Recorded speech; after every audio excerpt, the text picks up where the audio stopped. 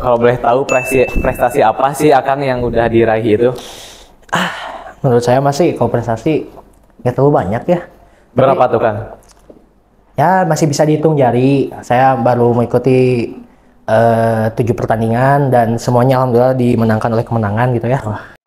Kamu ketemu Mike Tyson aja di jalan, terus kamu gara-gara sama Mike Tyson, kamu kepukul sama Mike Tyson bisa mati. Langsung ya Kang ya? Iya itu karena bahaya, karena kita tuh dilatih beda gitu. Karena fisik kita tuh kan setiap hari ditempa gitu ya. Beda misalnya kalau pekerjaannya cuma di rumah, nggak olahraga gitu ya, makanannya sembarangan, ya sekali ini bisa bahaya gitu. Tapi jurus terbaik dalam pertarungan jalan adalah lari.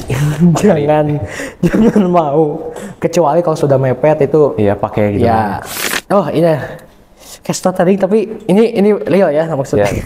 Boleh Kang ceritain aja Kang sampai. Ya dulu waktu kecil, waktu saya umur 4 tahun gitu.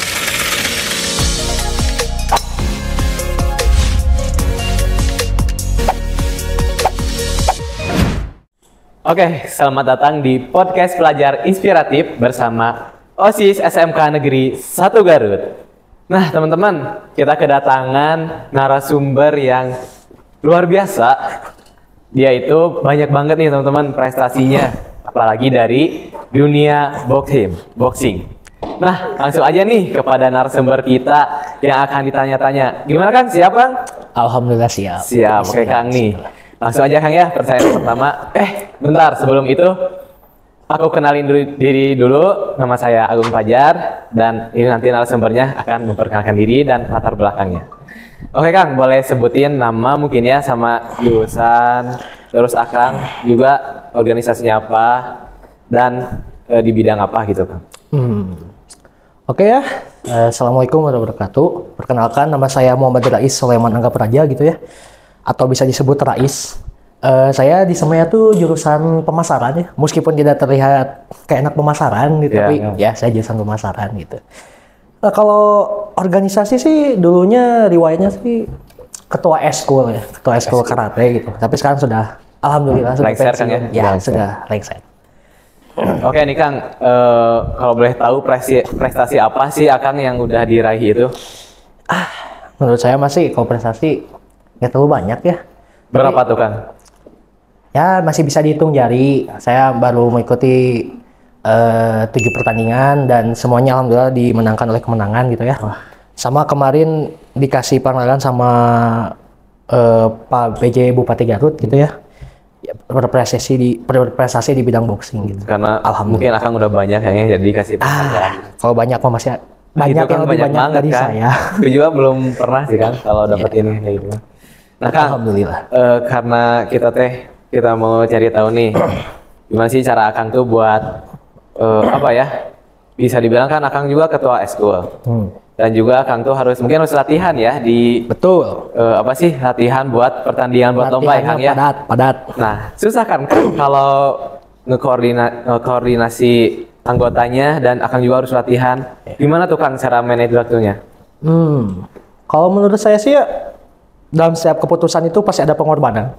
Nah, kebetulan waktu saya menjabat menjadi ketua eskul, ya saya harus memilih gitu antara saya fokus ke organisasi saya atau saya fokus ke masa depan saya, gitu kan?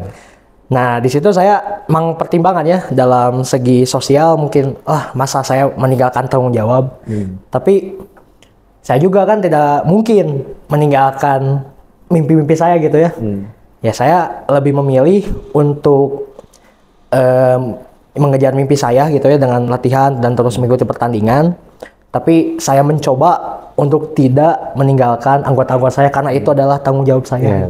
Dan udah berhasil ya Kang ya? Alhamdulillah. Akang udah bisa menangin dan juga anggotanya terorganisasi dengan baik ya Kang ya.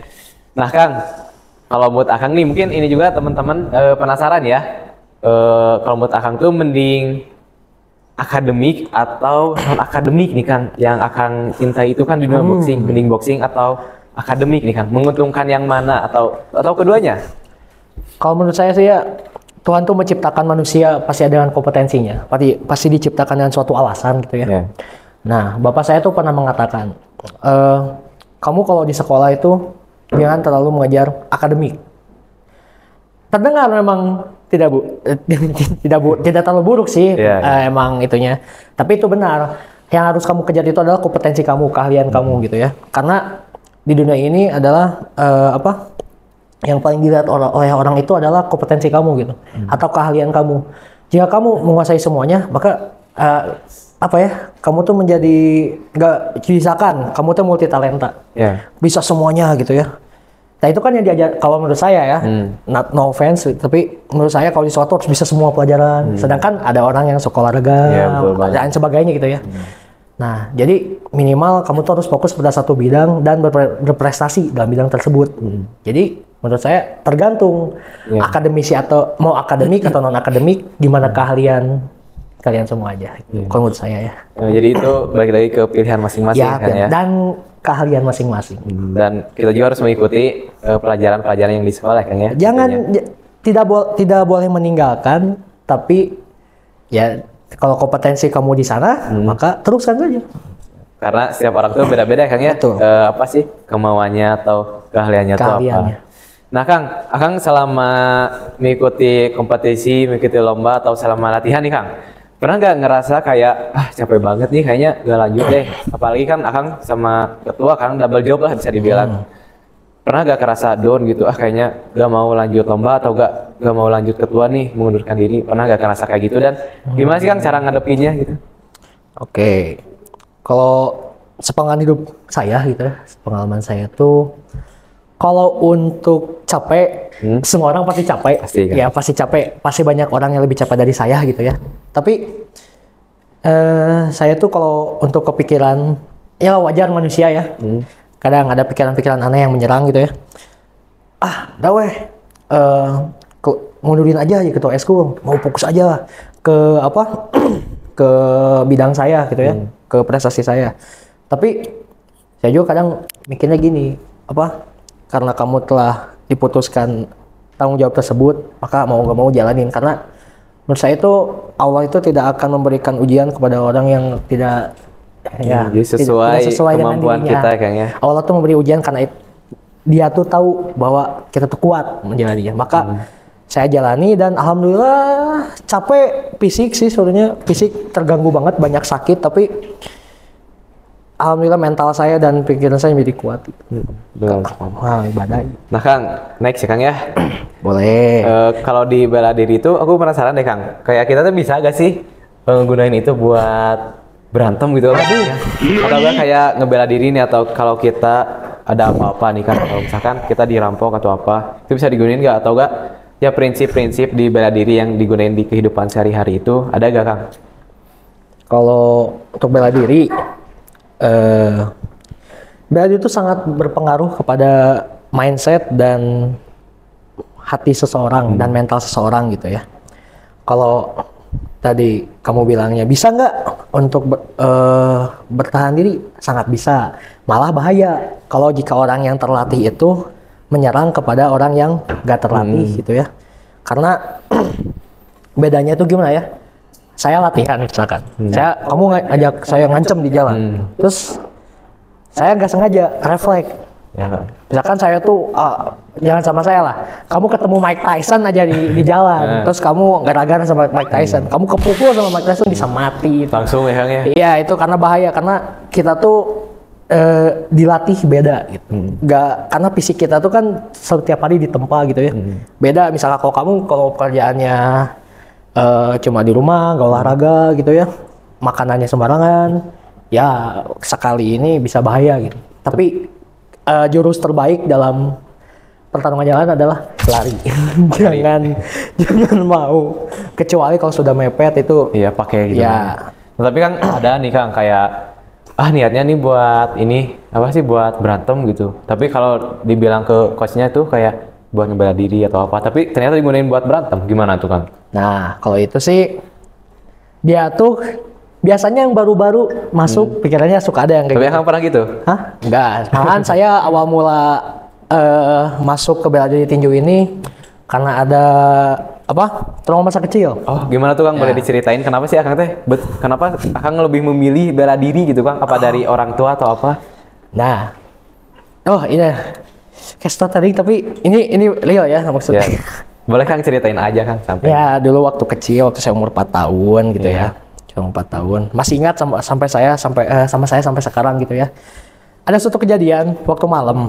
Nah, sedang adem ayem gitu ya, nggak ada terjadi apa-apa. Tiba-tiba pintu yang terkunci itu ada yang gedor-gedor mendobrak-dobrak. Nah, itu sampai pintunya roboh. Nah, ibu saya itu menyembunyikan saya, kan banyak anak-anak di rumah ya, di kamar bawah gitu ya.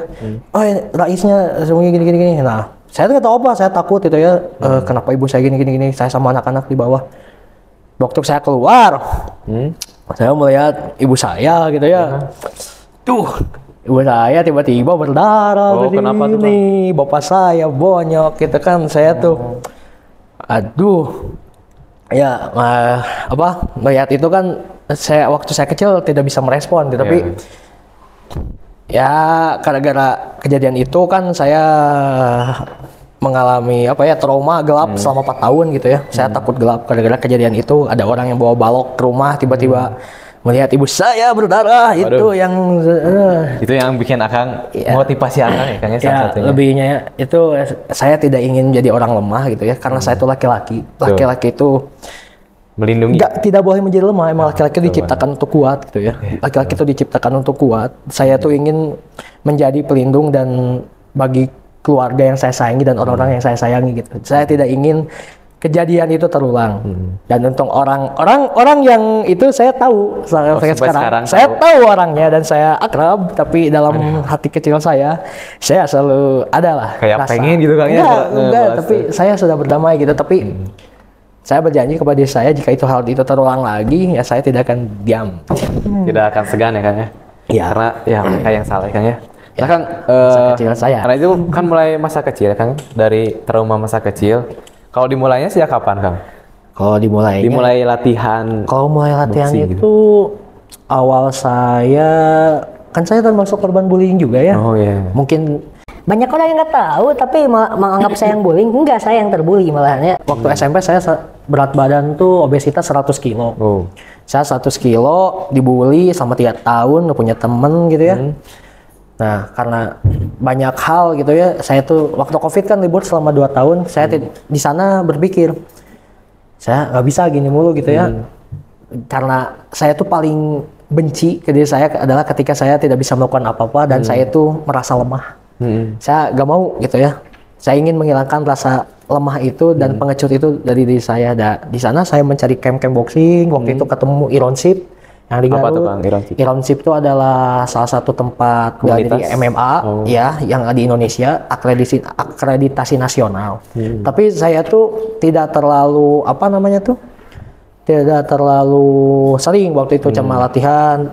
Namanya juga anak kecil ya, masih muda, jadi kadang konsisten kadang enggak. Tapi mulai awal konsisten itu ketika saya SMK kelas 1 saya ketemu itu camp Baja Fight Academy. Itu adalah sasana yang bagus menurut saya di Garut gitu ya. Salah satu yang pelatihnya tuh terbaik lah.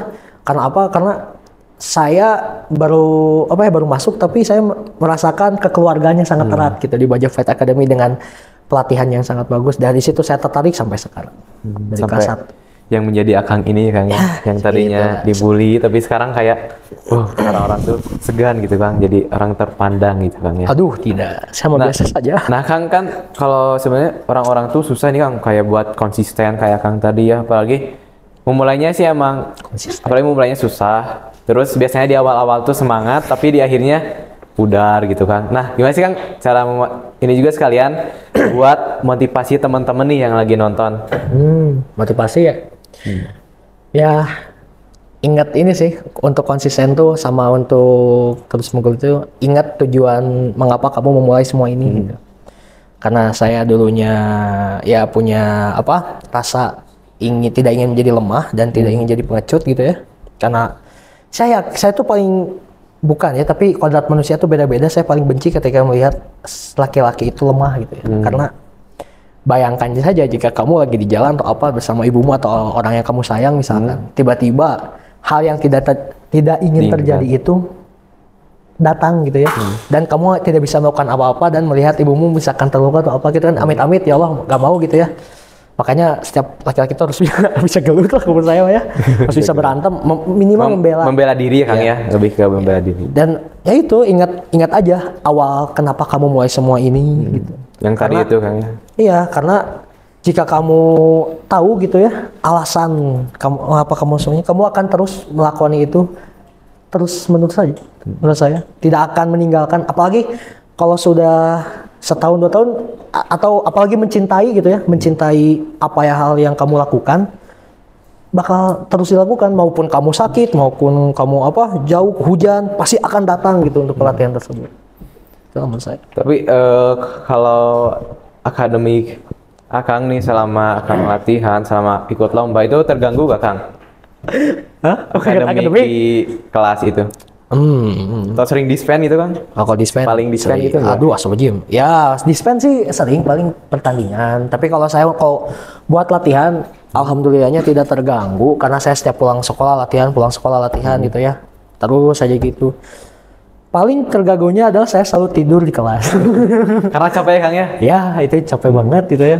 Tapi ya saya ingat aja prinsip bapak saya, meskipun kamu tidur minimal apa yang diperintahkan guru kamu memberikan tugas harus selalu dikerjakan. Gitu. Jadi jangan sampai kamu sibuk satu hal, kewajiban kamu sebagai pelajar ditinggalkan. Iya, karena kamu masih dalam status pelajar, maka lakukanlah kerjakanlah sebagai pelajar gitu. Jangan meninggalkan. Tapi kan aku sibuk ya, pulang sekolah langsung latihan atau enggak lomba gitu ya. Kamu pernah nggak ngegunain alasan itu kayak ini gue lagi sibuk nih, saya harus latihan nih, jadi Akang teh meninggalin piket itu Kang di kelas? Piket? Atau nggak ada piket? Piket saya rajin karena takut didenda ya. Kebetulan kak saya tuh kalau nggak piket didenda. Jadi apa-apa piket dulu aja gitu ya. Kalau ada piket latihan. Tapi kayaknya Akang ya kalau piket pasti naikin bangku gitu Kang atau gimana? Ya karena itu paling cepat. Iya betul Kang ya. Karena itu gak perlu sapu bos. Iya perlu sapu, lama udah angkat-angkat aja gitu. Ya gitulah. Kalau untuk alasan yang lain gak pernah. Tapi Akang kalau di rumah aman gitu Kang ya, kayak gak pernah ninggalin kewajiban di rumah juga Kang. Kan kayak ngebantu orang tua atau orang tua ngebiarin kayak suka aja kamu latihan gitu. Oh kalau saya sih di support banget atau gimana? Kebetulan saya memulai tinju ini awalnya tidak direstui oleh bapak dan ibu saya gitu ya. Karena gak direstui sebelumnya? Iya sebelumnya tidak direstui karena orang tua pasti sayang kepada anak. Ibu saya pastinya takut.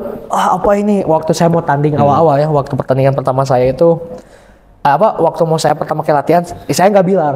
Saya nggak bilang. Ya karena saya agak liar dan agak nakal gitu ya, emang cobain aja dulu. Dan saya tuh emang pengen banget ke tinju dari dulu gitu ya, tapi nggak nemu sasana yang pas. Sekarang di Baja Fight Academy saya menemukan yang jodoh, pas gitu ya. Jodoh itu mah udah jatuh cinta lah. Susah. Ya gitulah, awal-awalnya dimarahin dulu sama bapak, ngapain gini-gini, fokus aja ke yang sebelumnya. Tapi hati mah beda, ikuti aja kata hati, apalagi insting laki-laki itu. Nah, sampai sekarang ibu saya kalau saya lagi tanding, pasti nggak pernah, dia datang, bapak saya dan ibu saya selalu datang. Meskipun saya tidak pernah kasih tahu di mana lokasinya, tapi mereka tiba-tiba tahu. Ada itu juga. Tiba-tiba ada, saya juga suka kaget gitu ya. Ternyata nanya ke pelatih saya.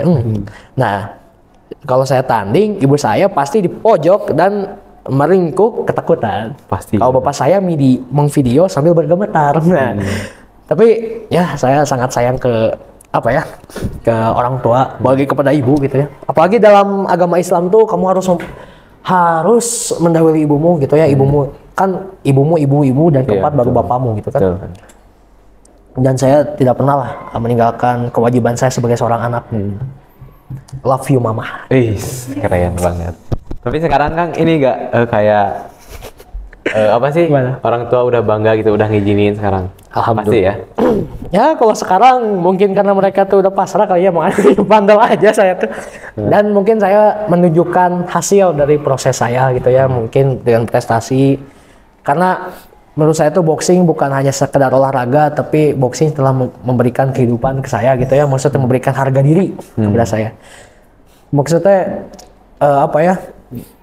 saya tuh cinta banget ke boxing karena yang saya tadinya lemah, bukan siapa-siapa dan menjadi siapa-siapa itu adalah suatu hal yang saya harukan gitu ya. Menemukan teman, sahabat gitu ya. Ya, gitulah. Alhamdulillah sekarang sih udah tidak masalah.